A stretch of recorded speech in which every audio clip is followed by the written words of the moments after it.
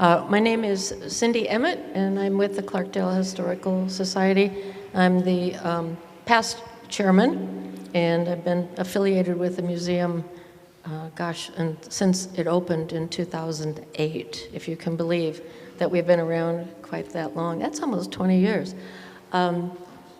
You are really in for a treat today, and hopefully you're all historians and you're going to love every aspect of this. I have the distinct pleasure, and it's an honor to introduce Steve Ayers, the author of this fabulous book, The River of the Kings, A History of Arizona's Verde River. Steve is a former journalist for the Camp Verde Bugle and the Verde Independent, and I believe he was also Economic Development Director for Camp Verde. Yeah, okay. He has come to know his subject matter so well. He's been researching for many, many years. There's many aspects of the Verde River, and he does start at the beginning. His book is for sale today, and he will sign the book for you. And just to let a lot of you know that half of the proceeds of the book will be going back to the museum. And that's his generosity to us, and we totally appreciate that. The amount of research in digging up tidbits of history and then assembling them into a coherent, and it is, readable narrative actually boggles the mind. Steve is a native Arizonan born in Tucson, and he's called the Verde his home for the last 3 decades. He is therefore very qualified to tell the story of the Verde River. And while it is one thing to do vast amounts of research for a book such as his, it is quite another, pardon me, to make all that research come alive to the reader, and he truly does it. I'm just about finished with the book, and it's fascinating. I believe that you too will enjoy Steve's easy. He has a very conversational style of speaking and writing, and that makes history seem like a bedtime story. That's the way I feel anyway. So I would like to introduce Steve Ayers.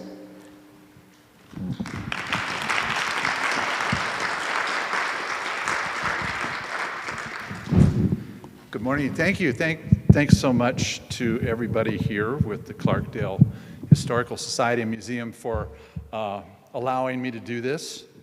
I think this comes loose here. Just pick up the whole thing. Okay. Today's presentation, I want to not only talk about the research and the story that came out of that research, but a little bit about the process of the book, because to me, this is like my opus in life. I've always wanted to tell this story. I shouldn't say always. The journey began about 20 years ago, and I have kept this in the back of my mind forever. And when I retired in 2023, I sat down and started to assemble what amounted to 2 file cabinets, 8 drawers full of stuff, not to mention a bunch of digital files, and try and turn that mess into a coherent narrative. That took about 8 months to assemble it all, and then it took me 2 years to write it. So anyway, thanks for coming out today. I hope you enjoy the presentation. So I have an alternate title here, a concise but reasonably complete history of the Verde River, because there's no such thing as a complete history of this. So a little introduction. This is my family. This is my daughter, my wife, our daughter, Marcia. She lives in Switzerland with her husband, my brother Ken, me in the back, my wife, and this circumspect-looking dog here is Noodles. So I dedicated this book to my dad. I grew up, I was probably one of the most fortunate people in the world. I grew up with a man who had a very deep passion for history. My father was diagnosed as dyslexic when he was in high school. They thought he was not very bright, but in fact he was, and he had a fantastic memory. He was 20 years in the military, and I traveled the world with him. I've been to so many graveyards, cathedrals, battlefields. I can't name them all. But my father wrote history from off the cuff. And it was great. I would sit and listen to him for hours. And it's so, as I say, it didn't fall very far from the tree when it came to an appreciation for history. Later in life, this is him in his buckskins here. He lived up in Payson. He would go and do storytelling of Western history up there. The money he made doing that, he gave it all to local charities up there. He was just that kind of guy. So a little bit of acknowledgement for the folks that really I appreciate for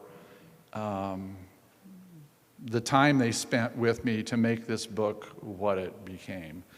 You're all familiar with Vince Randall. I met Vince when I was working for the newspaper, and Vince ran across a story that I did, and he called me up and asked me to come over and visit with him. And he told me it was one of the best stories he'd ever read. It was about the Exodus. And it started a lifelong friendship. I mean, we were good friends for 15 years. As I would dig research up from different archives around the state and from the federal government, if I thought it was interesting to Vince, I'd take it over there to him.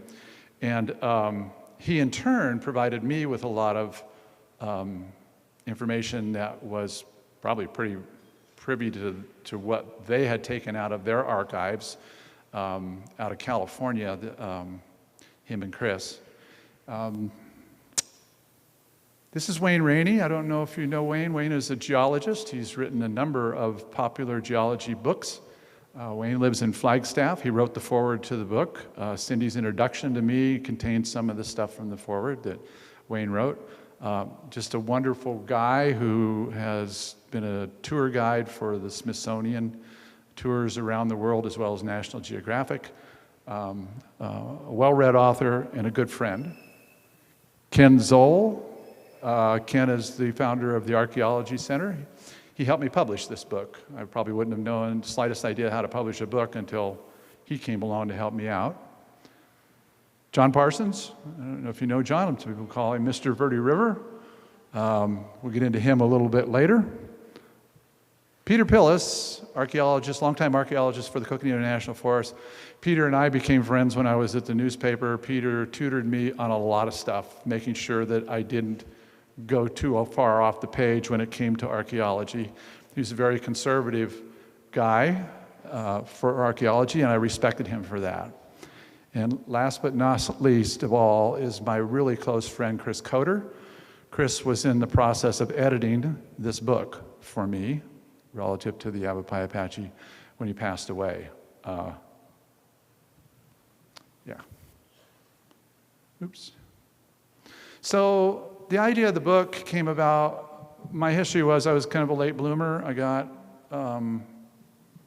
worked for a company that went bankrupt, and when they went bankrupt, I decided to change my life a lot. I went back to college. While I was going to college, I ran into County Supervisor Chip Davis, who was an old friend of mine, and he offered me a job with the county doing some informational writing. And that first year, I started attending these water advisory committee meetings relative to the arguments over pumping the Big Chino, and ended up writing an 8-part series on water issues relative to the river. And that's where I got my first real taste of the river, its history. It was that time I kind of realized there really wasn't a history. It was everywhere. If you wanted to get history of the Verde River, you had to consult 15, 20 books to get it. So I started formulating that idea, and that formulated the idea of, well, I go to work for the newspaper, I start writing articles, and then I thought, well, I'll take those articles and I'll put them together and I'll make a book out of that. But then the publisher at the time wouldn't let me do it because they had copyright to it. So kind of kiboshed the idea. As it turns out, I was glad she turned it down because that led to, why don't I just do a book on the Verde River? So that's how that little idea kind of gelled out. This is my cat, our cat. It's a Scooter. I don't know, every writer should have a cat to walk on their computer, step on their books. Anyway, the research of this is about 20 years worth of work. I started when Chip Davis's office and kept some of that stuff, and then at the newspaper and kept adding stuff, and then at about 2010 or so I formulated the idea of writing the history book. Then I really got serious about focusing on the river, and I was given opportunities to get stuff out of the Klein Library, which is up at Flagstaff. The Camp Verde Community Library chased down more obscure scholarly articles for me than I can count. Really grateful to them for having chased all that stuff down, because it was a lot of work. Most of the book is composed of work by other scholars. There is some original research in it, but the vast majority of it is all this hodgepodge of scholarly work. It was just all over the place. And deeply indebted to those scholars who really did the digging for it. So the process of writing the book was, okay, this is 6,000 square miles or whatever the watershed is, and this history goes back millions of years. You got to put some sideboards on this thing. So building out the outline was part of that 8 months prior to sitting down to write this, was to try and get the outline together and then get all the material into the outline portion. The amazing part was, when I did finish the book, I pretty much followed that outline. It's almost chapter by chapter. It worked out really, really well. I did do some shuffling around on some of the stuff on it. So then the idea of what I was going to call the book,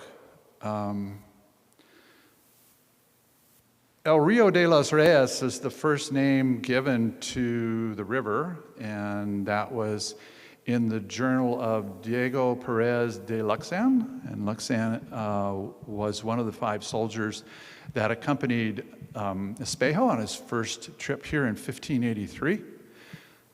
Interesting thing is Luxan's journal was lost to history until about roughly 100 years ago. And it was found in the archives in Seville, and 2 scholars whose work I relied on a lot, George Hammond and Agapito Rey, are 2 PhD scholars out of New Mexico. One's out of Stanford, one's out of New Mexico. And they had translated an enormous amount of original Spanish documents and written some very detailed history of the Spaniards. And they translated Luxan's journal. And in it is the most detailed account of the first visit to the Verde River. So I tossed around some ideas for a title that translates to the River of the Kings, and ended up sticking with that for a title. So the book actually begins with the introduction, and the introduction really kind of goes back to the journey of, you might be familiar with Cabeza de Vaca, who was shipwrecked in Florida and walked across the United States and ended up back in Mexico. And his stories of what this land to the north of Mexico was, and how, what a rich land it was, in theory. And this title for the introduction also comes from Luxan's journal, in which he describes the Verde Valley as a warm land with parrots. And there were parrots here. It's believed that this parrot here, which is a thick-billed parrot, which now still is in northern Mexico and occasionally seen in the Santa Catalina Mountains of southern Arizona, but they believe this used to be the northern range for this parrot. Maybe if the world is really getting warmer, maybe the parrot will come back. So, chapter 1 goes back to the geology of the river, and I've tried to do each one of these by telling a little kind of story to bring you into the chapter. And in this particular one, it's about these gravels. In this landscape that is so spectacular here, of red rocks and white rocks and everything that you've got, all these beautiful canyons and streams, the actual history of the river boils down to how you interpret these otherwise really insignificant gravels. And they appear in a road cut, very easily seen on Highway 179, going into the village of Oak Creek. They're up on top of the rim. There's other ones cast around the valley if you know where to go look for them. They're known variously as beaver tail gravels, exotic gravels. The ones on top are known as rim gravels. And two geologists, both of which were friends of mine, Wayne Rainey and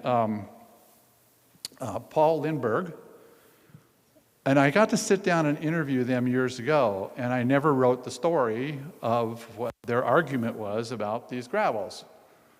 And what it all amounted to was, when were those gravels laid down and where did they come from?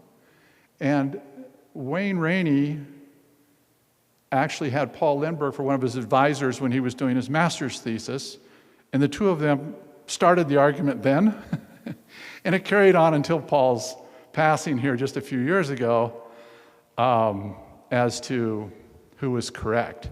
And the dates of those gravels, when they started to accumulate and flow this direction, dates the river.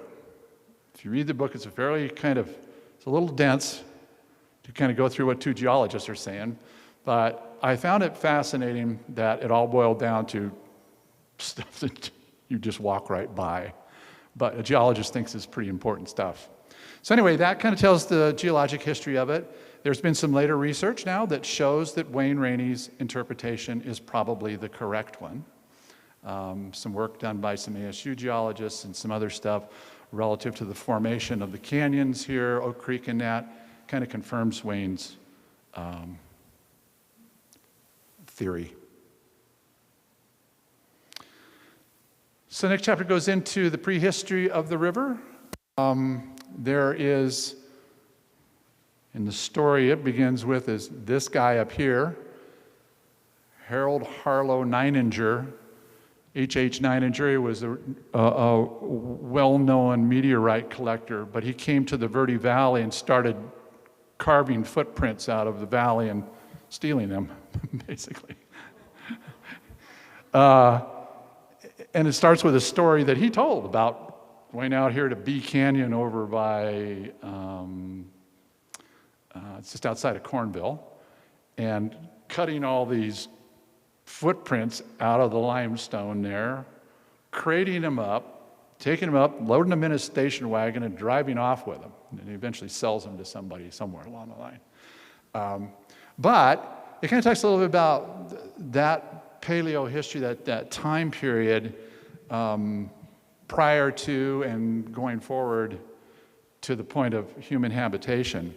Talk about the tusk. I don't know if you guys ever done a presentation on the mammoth tusk, the stegomastodon tusks that were found at the cement plant here in Clarkdale. Fascinating story. Years ago, I got to interview the scientists who actually dug those things up, and they told me the story of that, so I kind of got a chance to include that little story about it. Those tusks are still at the Museum of Northern Arizona. Y'all ought to get them back. The chapter moves in then to the finding of the only intact Clovis point, allegedly. I say allegedly because Peter Pillis doesn't believe the story behind it. But a gentleman was digging an underground studio for his wife who didn't like the heat, but liked to do her art. And backhoe operator dug all the dirt out, strung it around the side of his sidewalk, and he said, I'll just landscape with it. Well, his story goes in raking it out, he found a fully intact Clovis head, Clovis point. But the fact of the matter is there have been dozens of them found in northern Arizona, so we know the Clovis culture was here. And that really begins the story, because the book is kind of focused on that 13,000 years of human occupancy, if you will, on the river. And I just really tried to focus on that portion, the river and the humans that live there, and try to tell the story of the river through the people. It kind of ends itself with some recent research on the Sinawa and their leaving of the Verde Valley. It's work that Matt Gubard has been doing at Montezuma Castle. It's pretty fascinating stuff. And that in conjunction with some of Peter's thoughts, and it moves us forward. So this book kind of bounces a little bit back. So we go into the Spanish. This is the real Spanish Entrada. It's a chapter that I'm fascinated by the Spanish history of the Verde River.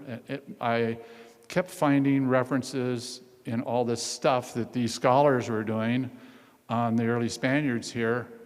And the Verde River, or something that resembles the Verde River in their descriptions, keeps popping up. So I have an entire presentation that goes into this Spanish portion of it that I did last year for the Beaver Creek Historical Society. And it's a really neat story, because it got kind of lost. And Peter Pillis gave me a compliment as saying it's the first time I've seen anybody put it all together under one roof. Well, it does appear in the book too. So this Spanish piece, because they seem to have been fascinated with this place, because there were these ideas, there were these rich mines here, and that because nobody came back after the early 1600s, it became kind of a place of fable. And then as it got further in history, it was like, oh, and that's where the legend of Sierra Azul comes into play, that the mines in Jerome were the famous fabled mines that kept a fascination for the Spaniards, that made it all the way to France, may have launched La Salle's journey down the Mississippi River. It's pretty fascinating stuff when you kind of delve into all the particulars behind it. But the idea was to try and tie all that stuff together. So this chapter is the longest one in there, and I tried to do it concisely, but completely. This is the hardest chapter. I don't know if we have any tribal members here, but I can tell you this is the hardest chapter of them all to write. They don't all agree on their past. And I once made the comment to Vince and Chris, I said, well, when I put this book together, I want you guys to go over this because I don't want to get it wrong. And Vince said, well, I guarantee you're not going to get it right. I said, all right. And Vince gave me a good piece of advice, because we talked a lot over the years, and I had a concept of how I saw the history. He didn't agree with all of it, but he agreed with most of it. And what he said was, when you tell the story, tell it like you believe it happened, so you can defend that. He said, a lot of the things that you have in there, I think they're true. I can't politically say that as a tribal member. But I think if I were a historian standing back on the outside looking in, I think your view is correct, or close to it anyway.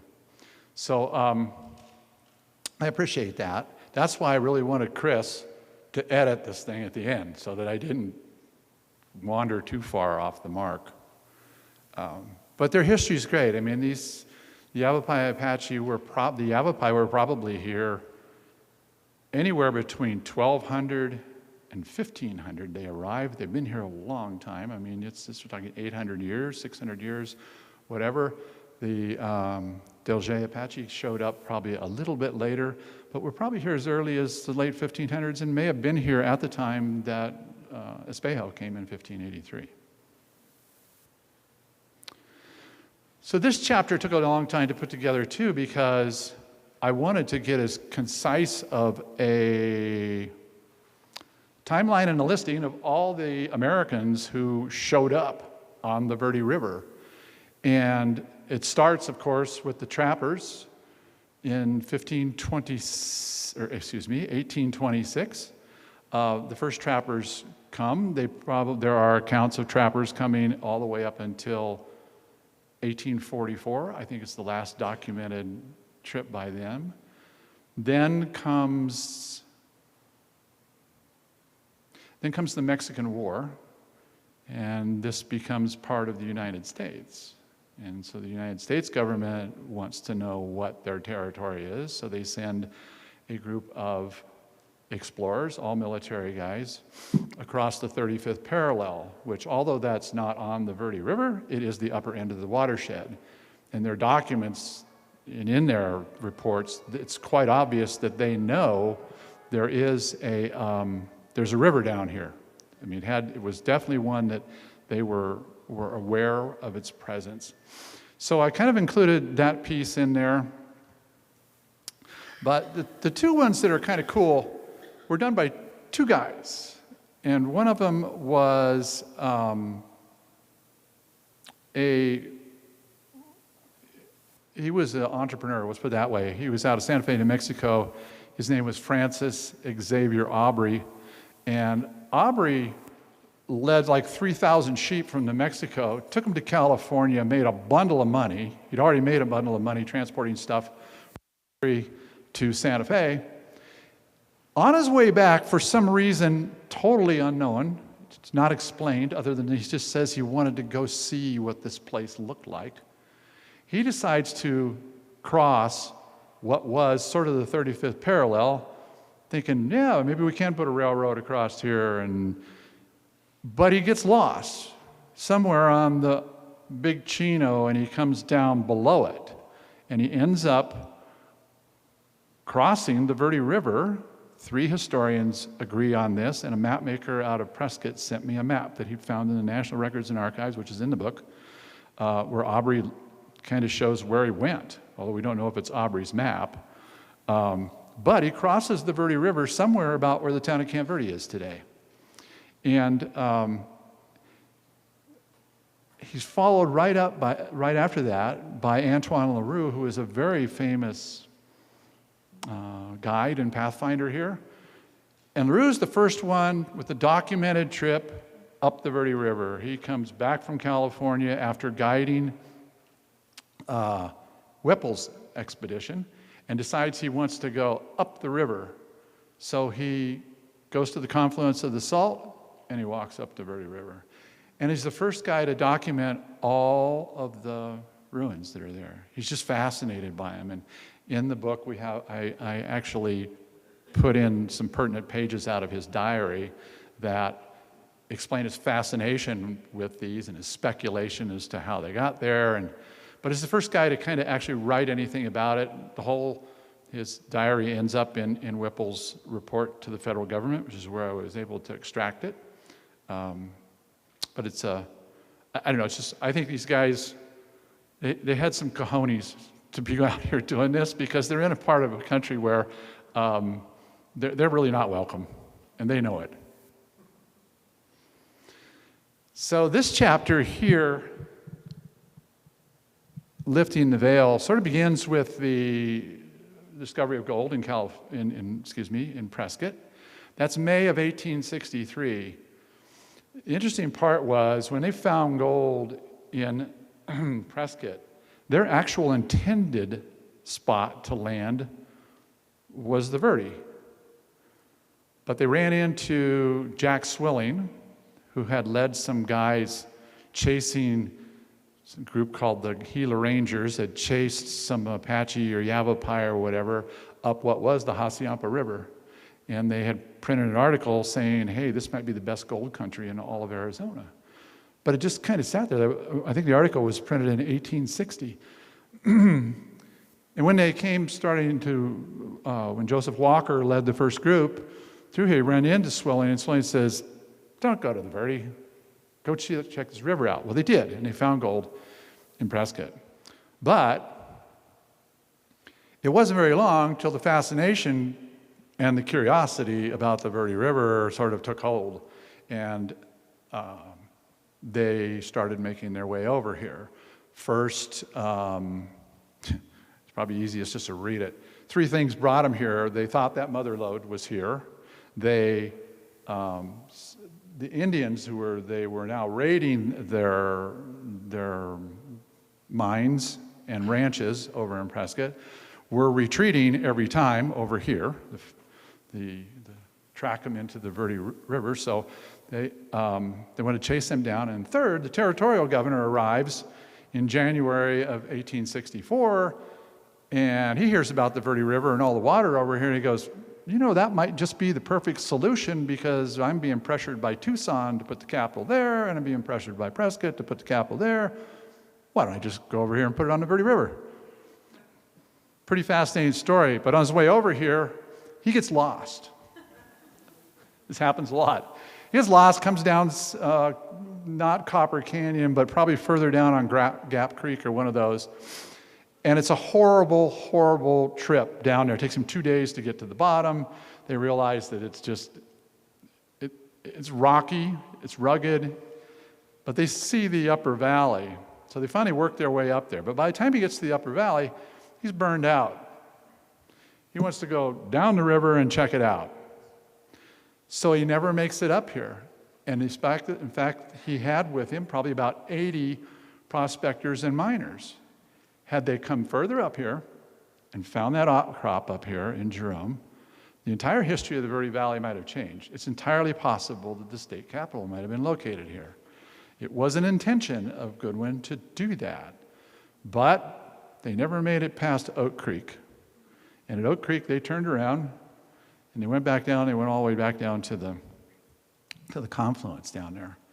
But 1864, I began to realize there was all these guys. So we had the territorial governor out here. We had this guy here, King Wolsey, who's actually trying to seek revenge against them. So he takes several trips over here. Anyway, I put together a timeline for this thing, and it's kind of like Keystone Cops in the Verde Valley. Foothold is kind of really tells about the first Anglo settlements over here and how things got started there, led to the establishment of the farms, the military presence here along the river. I tell the story of this map. This is the first territorial map of the state of Arizona, and you can't see it on here, but right up here on the Verde River, there's a circle that says settlement. They didn't know what it was. I mean, they just knew that there were some guys over here, but it's actually the settlement at Clear Creek in the Verde River that eventually became Camp Verde. My favorite chapter here, Swept Away, this is the story. This is a very detailed account of the winter offensive against the Yavapai Apache, starting in late 1872, and their eventual surrender in 1873. And this includes Swept Away as the title of the story that I wrote that Vince and I ended up with the friendship on. And I really tried to pay some respect to the Yavapai and Apache for the hell they were put through for no obvious reason. Settlement, I tell this story. This gentleman here is, he's the Forrest Gump of the Verde Valley. His name is James Henry Wingfield. As I researched the history of the Verde Valley, James Henry kept popping up. He sold the first land for the Yavapai Apaches. He dug oil wells here. He was a prominent rancher. It's a whole list of stuff that he did, and he was typical of the early settlers here. So I tend to tell the story of the settlement through his eyes.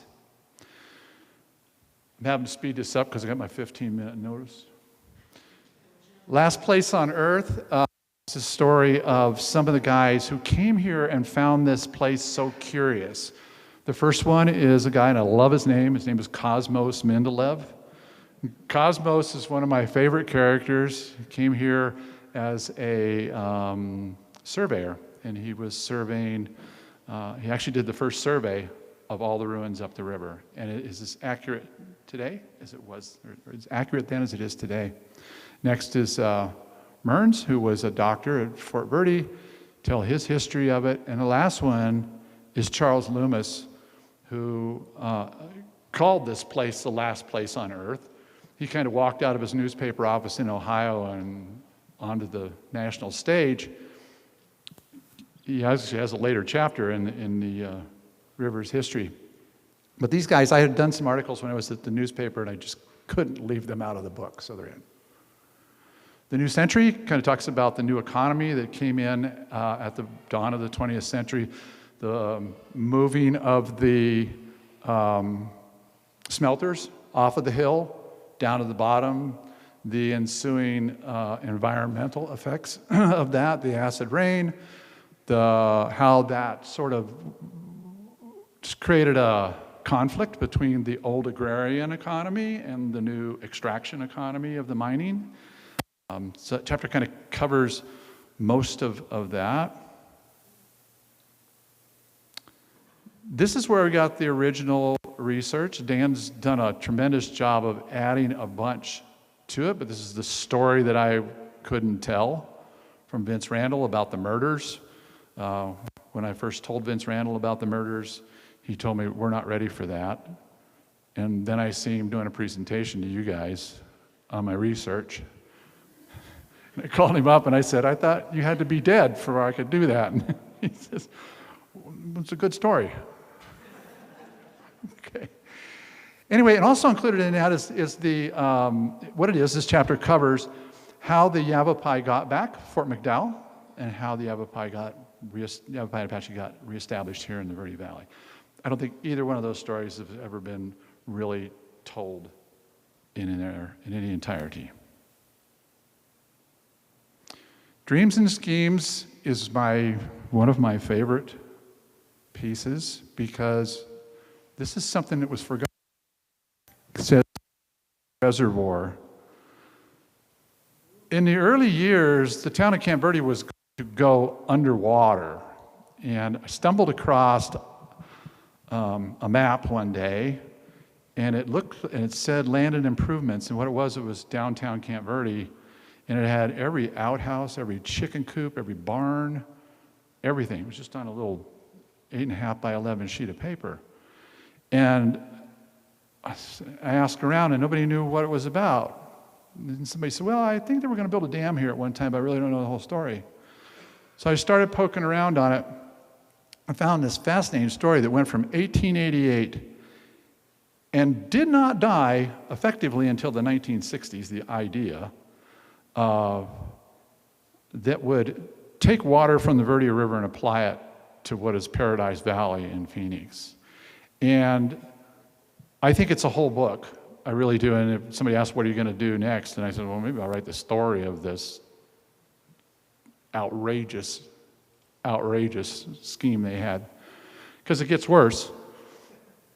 When they finally don't get their funding to build this dam and reservoir here, they come up with this cockamamie idea that they are going to build a dam at Glen Canyon, tunnel underneath a 28-foot diameter tunnel underneath the Coconino Plateau to the Little Colorado River, dump the water in the Little Colorado, build a dam, raise the water level up, take another tunnel, the Little Colorado River, all the way to the confluence of Oak Creek and the Verde River. And I have this map. It's wild. It's called the Colorado Verde Project. They were going to turn the Verde River into the CAP Canal. They were going to just channel the Colorado River down here and gravity flow it all the way down to Phoenix. And the advocates of that were the same people who were pushing for this project here because it would also get water into Paradise Valley, where they could all make some money. So anyway, I kind of go over these dreams and schemes.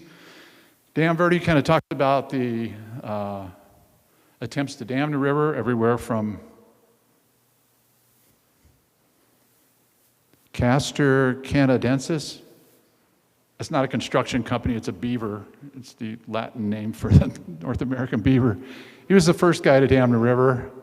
And then Glenda had done a story one time about the Etta Dam, which was this Etta mine.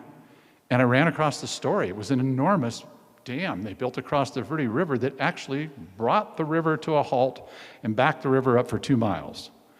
And it had to have been an enormous undertaking. 4 months later, the rains come, dam's gone. Yeah, that was the end of that. And then the first one to stay up, of course, was Sullivan Dam. This is Sullivan Dam, which is at the top of the river. And then go into the building of Bartlett Dam, which was the spoils of SRP, got that when the folks from Paradise Valley were unable to carry out their project. And then Horseshoe Dam. Central Arizona Project, I love this picture. This is the Arizona Navy. I don't know if you've all ever heard of this story. But when they were building Parker Dam, the state of Arizona was so incensed by the fact that California was damming the river that they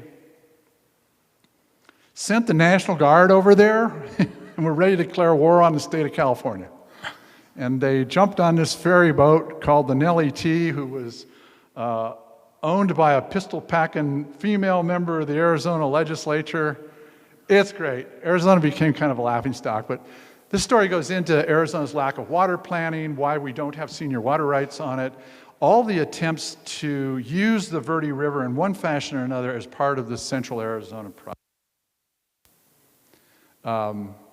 All the way down to the Orm Dam and Cliff Dam projects and how those never showed up. And in the last chapter, I had a really hard time. I was writing this book. I had gotten all the stuff I wanted in there, but I just didn't know how to end the story. And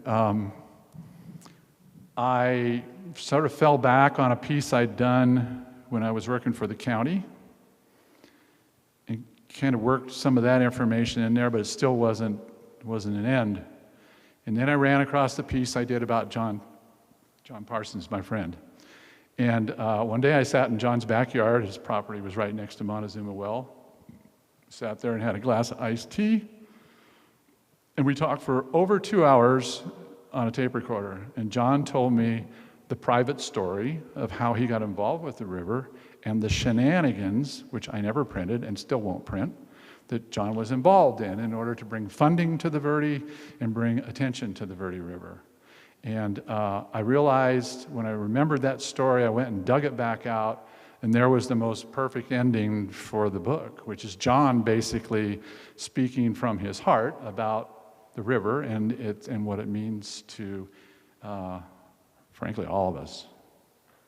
So, there you go. I think I made it, just barely.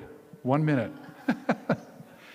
So, anyway, it's been fun. It's been a blast to write it. It's been a lot of work.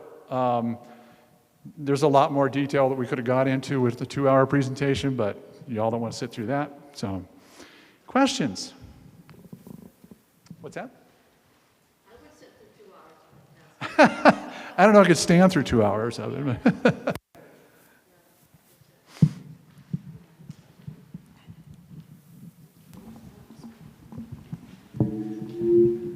Anybody have a question?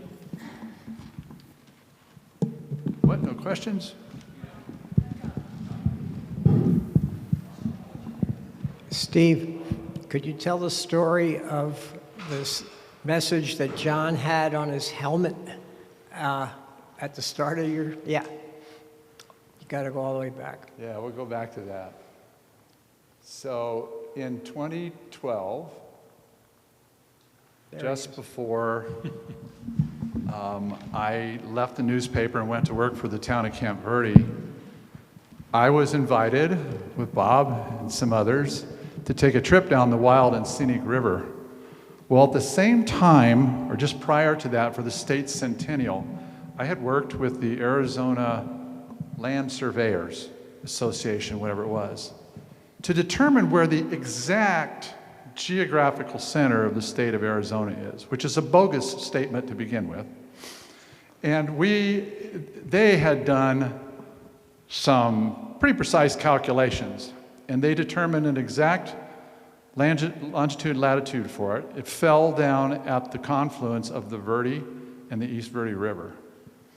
So we decided we're going to go down and do this volunteer work for the Forest Service. But at the same time, John, who's going with us, says, what this is the journey to the center of Arizona. So we went down to we got in our kayaks and launched, I think it was the Hot Springs, Childs, and went down there and stopped, and we put an ammo box down there and marked the spot.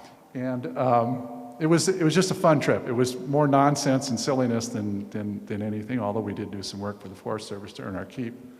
But anyway, that's sort of the origin of this. And the story of where the center of Arizona was a deal between my mother and I at a Thanksgiving one time.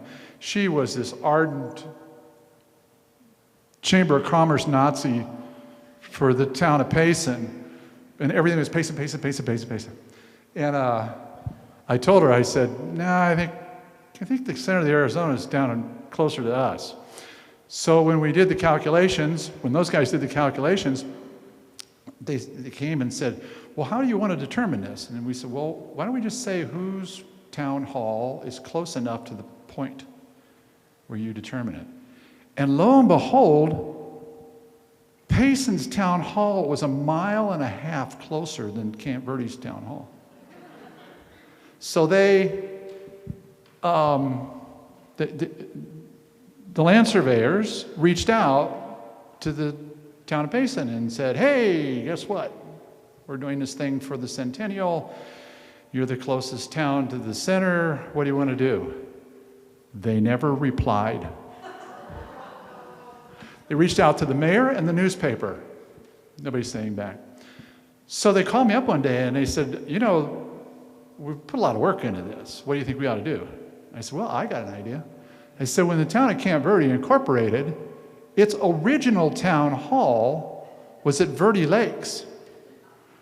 So I got the council to convene a town hall meeting back at the Verde Lakes Clubhouse, which was 3 miles closer than Payson's.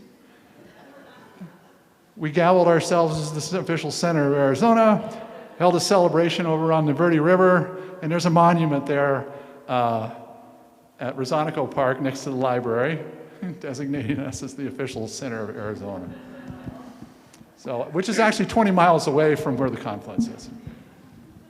Yes?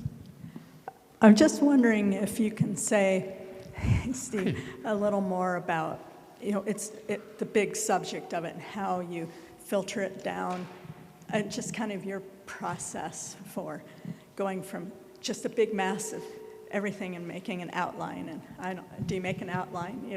Just your process there. Yeah, I don't know if you got here on it, but yes, I did do an outline.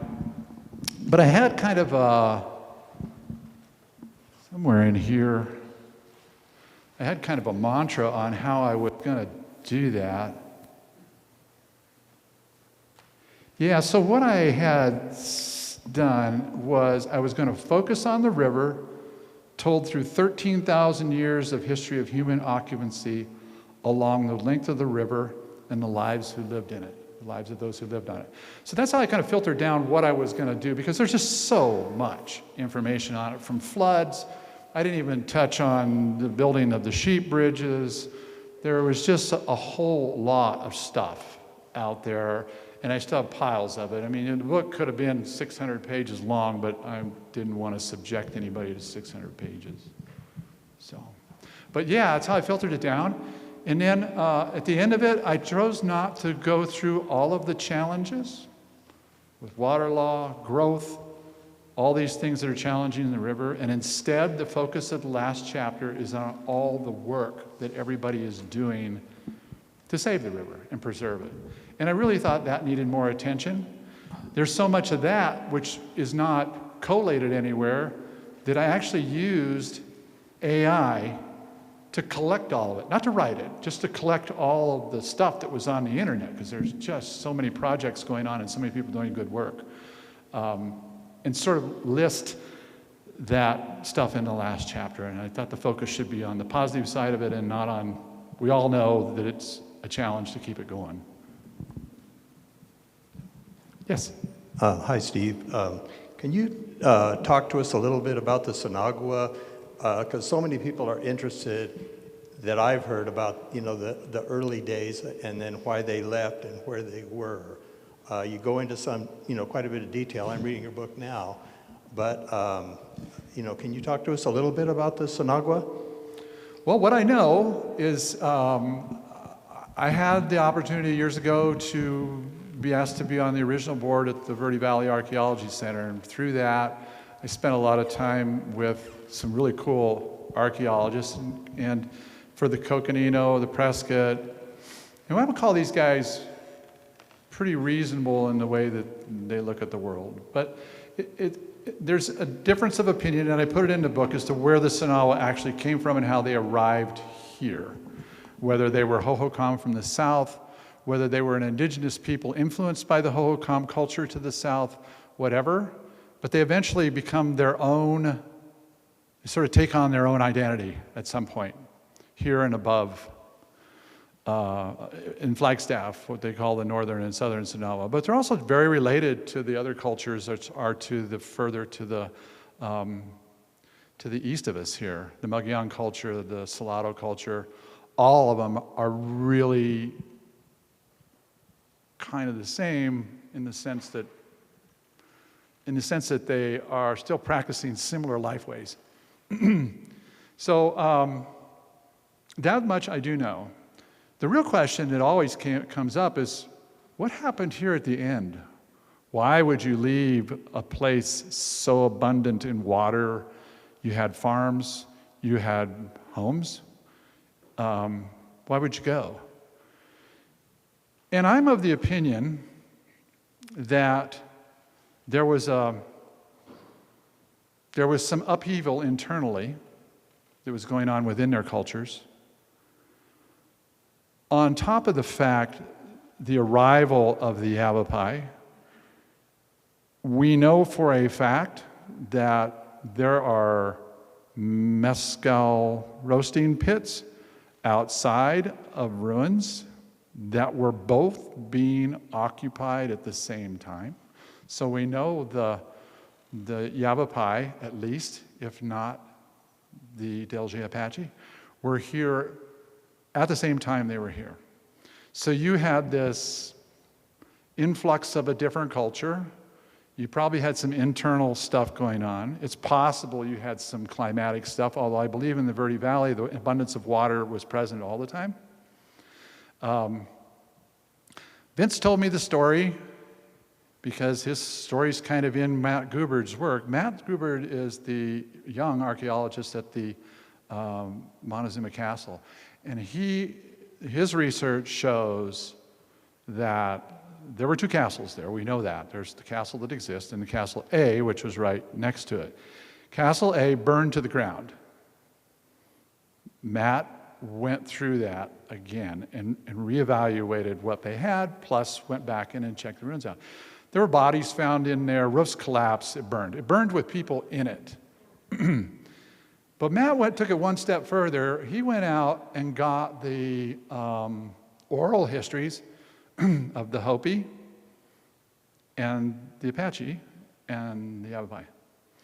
And Vince tells the story that it was his people. They got in a land dispute over something, and they burned them out. Well, it always was that it was abandoned, wasn't abandoned for maybe 50 years later. But Matt said, no, if you, nowadays with much better ability to analyze carbon-14 dating, he said the burning of that building and the exodus of the Sinawa happened simultaneously, as though this is the last straw. And then the Hopi stories of their migration out of this land and eventually to the mesas, which took place sometime, according to him, around 1375. And I think there was probably still some scattering of Sinawa here up until the early 15th century. But by then, the Yavapai and I argue the Delge Apache were in here at the time when the Spaniards arrived in the 1580s. That's kind of my thought. I mean, they didn't just mysteriously disappear and There's migration stories all over the Southwest, how these people have moved around for centuries, and it's just another story.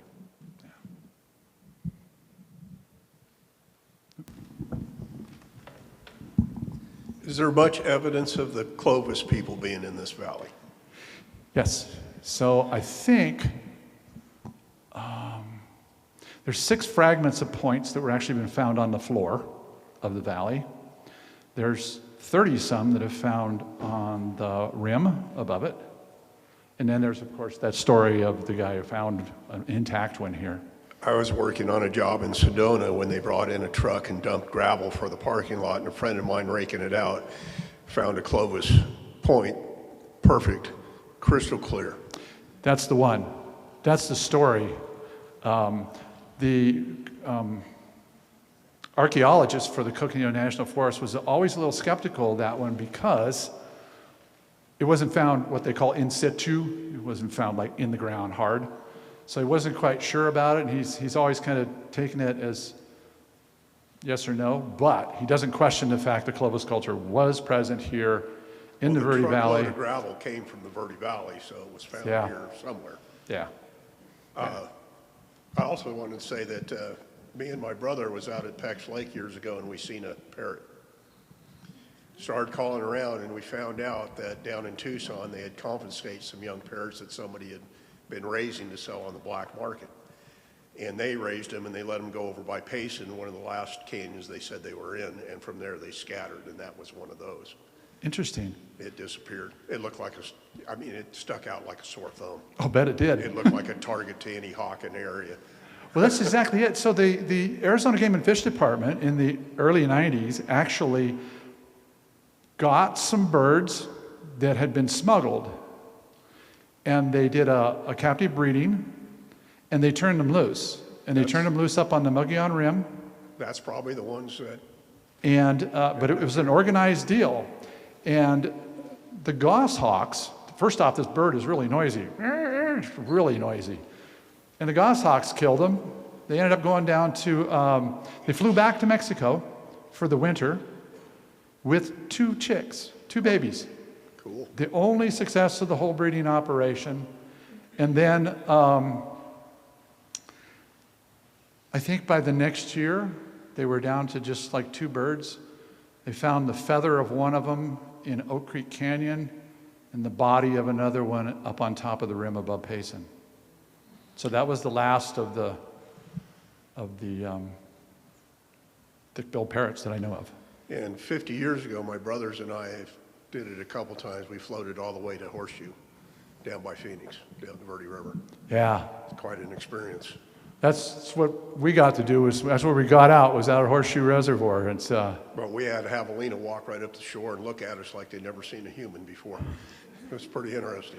one of the stories in here, and I didn't get to that, it won't last forever here, but there's a story in here about the military's attempts to build a wagon road from Fort McDowell to Fort Verde. What a circus that was. And you read about it, and it's like, this is the same people that drug the Yavapai and Apache across this outrageously rugged piece of land. They knew better what the lower end of the Verde was. And it's almost, if it wasn't so many horses get killed and other things in this report, it's really kind of tragic, but funny. Yes, ma'am. What future storytelling or research would you like to see about the Verde? I think the modern stuff, the scholars have done a pretty good job with some of the older stuff. I'd like to see a little bit more. I'm not a trained historian. I'm just a guy who's a geek and fascinated about it. So I would like to see the scholars do some more work on, especially some of the stuff relative to the dreams and schemes portion of this and those wild, crazy ideas about that, and the later stuff relative to the CAP. That's sort of a window that I spent a lot of time. I didn't have any research on it because I didn't really know. So as I wrote the book, I had to stop what I was doing and go find more sources on it. Unfortunately, I found some really good sources that were able to help with that. I think those are the two things that I found over the biggest gap, personally. But there's also more research going on all the time relative to the hydraulics of the river and all that stuff, which we can't know too much about, in my opinion. Somebody else had their hand up back there?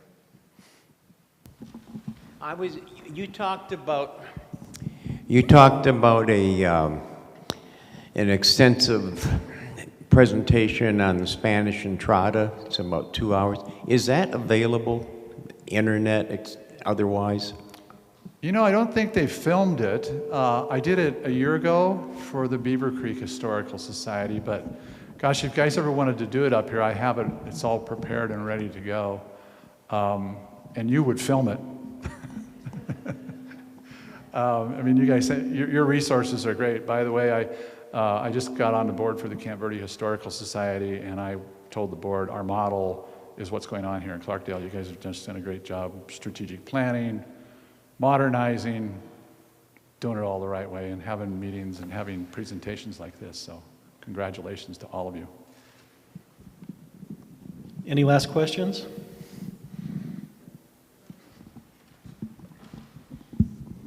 Thank you for being here. Your question about future stories kind of made me think about the Nellie T, the female that you had up there on the screen. Did you find a lot of notable women in your search, for information that would be worth storytelling? Because I've really enjoyed this, and there's a lot of men in there, but she kind of got my curiosity up, and was wondering if that would be, I don't know, something to tell. There is some great history on it. Most people don't know this, but the water system that delivered to the hydroelectric plant at Fossil Creek was designed by a woman. And she, fantastic engineer out of California. My second edition, which I'm working on with the Friends of the Verde River, which will add some more stuff, I finally found her background, which I could not find before. I do mention her, but sort of in a passing deal, because the flume over there took so much pressure from the water falling down it that they actually had to have the flume made in Germany, because the only steel works in the entire planet who could make anything that strong was the Krupp's Ironworks in Germany. So they built that flume to her specifications. Yeah, she's a remarkable woman. I mean, she designed a lot of stuff in California. Again, ended up taking a back seat to that. There certainly is some great stories from the tribal side, and there's some great stories from the settler side about some of the women, that highly resilient bunch that pioneered this place. Yeah, that's actually a good idea for a presentation, because there is quite a bit.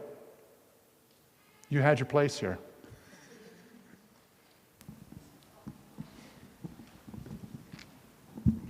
Staying on the topic you're talking about, the movie, hold on. The movie titled A River Reborn, The Restoration of Fossil Creek. That's an excellent documentary about the engineering for the electricity. I don't know if you saw the movie? I have. I've seen the movie. Matter of fact, I was there with Vince Randall the day they opened the gates up. I went up to go there as a guest. Pretty fascinating. And that was done on the whole turning the river roofs again. Mm-hmm. Yeah. Okay. Well, I couldn't put everything in this book.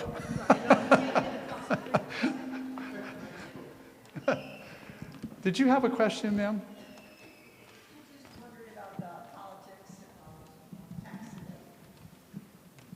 I don't know anything about it.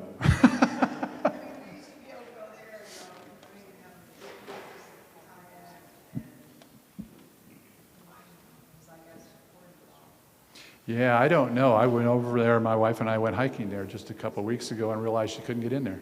I didn't know that. So I can only tell you that it's named after a former military scout. Yes, Ed Peck. Okay, thank you, Steve. All right, thank you, everyone. We have books up here in front.